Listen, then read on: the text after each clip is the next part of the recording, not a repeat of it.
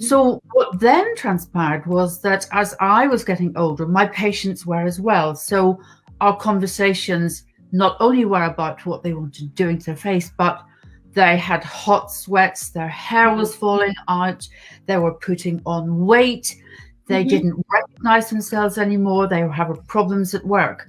And when I was listening to them, I thought, actually, that's like me as well, because I had started to put on weight. I didn't have hot sweats, but I had panic attacks and tremors and insomnia.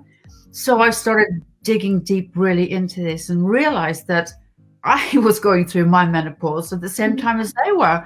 And I, at that stage, was not as fully aware of what was happening. And I thought, well, I can't help my patients if I don't know.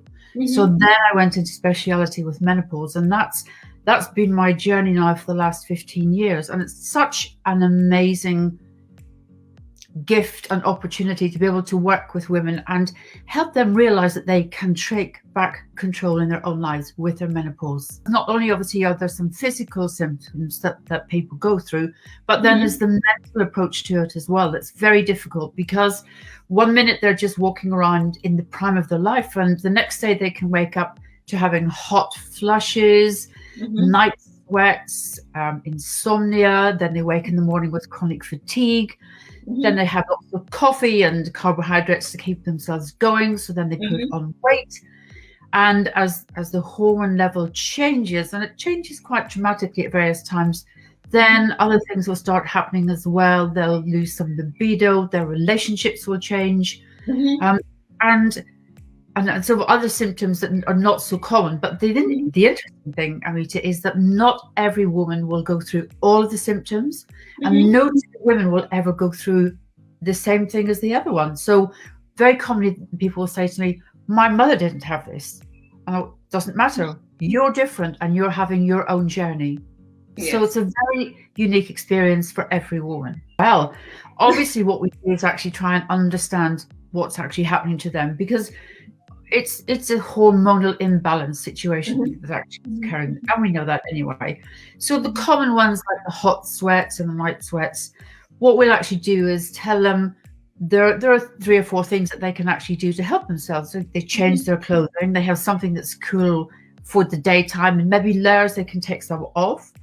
A lot of ladies at this stage will really be benefiting if they take either bioidentical hormones or HRT, if they want to go down that route. But because it's due to a lack of estrogen, they find they get pretty much immediate results by taking some supplements in the hormones. Not everybody wants to do that, but I think it's important to still keep your mind open. So that's one of the things.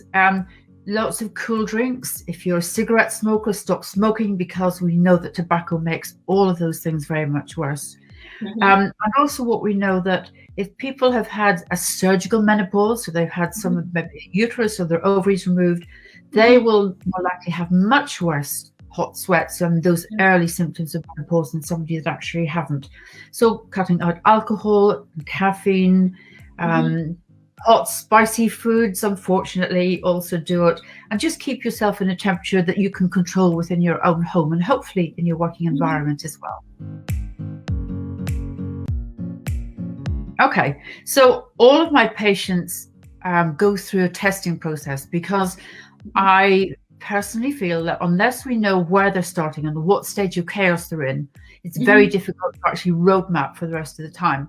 So very commonly we will actually find out when we do the test that the woman is also subthyroid. So her thyroid levels are very low, and she may even have something called Hashimoto's. We also want to know what their cortisol levels are, because as far as I can see, most young women these days crash right into that menopause situation, because they're running around being super busy. They've got families, they've got elderly parents, they're trying to hold on to a job, and they have no time for themselves. They don't stress. So they are constantly running in a state of fight and flight, which means that cortisol level is high. So when I get them and it's really much worse, then we actually try to reduce that. So we can do that by diet. I'd rather do a diet and a lifestyle change than putting on medication for that. But if they have significant estrogen depletion and progesterone depletion, then my first port of call is bioidentical hormones. I personally like this because they are compounded in a pharmacy specifically for that one person. So they're very bespoke for them. And because we tend to use them either in gel form or in patch form, or if they're having any vaginal problems, in pessary, and they get to work and do what we want them to do.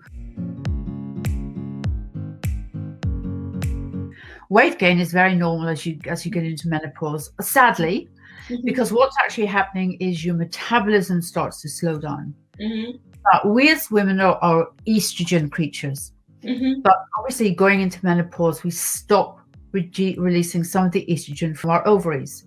But our bodies are designed to have some estrogen going as we get older, so it gives us a reservoir. And we as women have a reservoir of estrogen cells in our midsection. Or what happens in menopause is that because you're not metabolizing this quickly and you're actually making more of the cells in your abdomen, then you start to slowly put on weight. A lot of it is to do with diet and lifestyle, but a lot of it is actually the changing hormone levels. So don't forget, in menopause, we're not just estrogen and progesterone and testosterone. The hormones that are actually making us hold on to the weight are insulin and cortisol, and how they work together with a third one called leptin.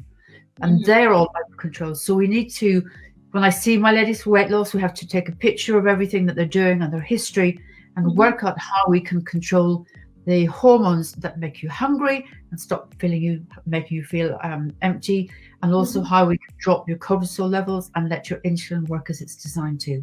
So unfortunately, yes, most people will find they put on around about 10 pounds. So the main culprit is sugar. We all love sugar, and sugar generally is the go-to one, especially if you're feeling very tired during the day. So cut out sugar in your diet.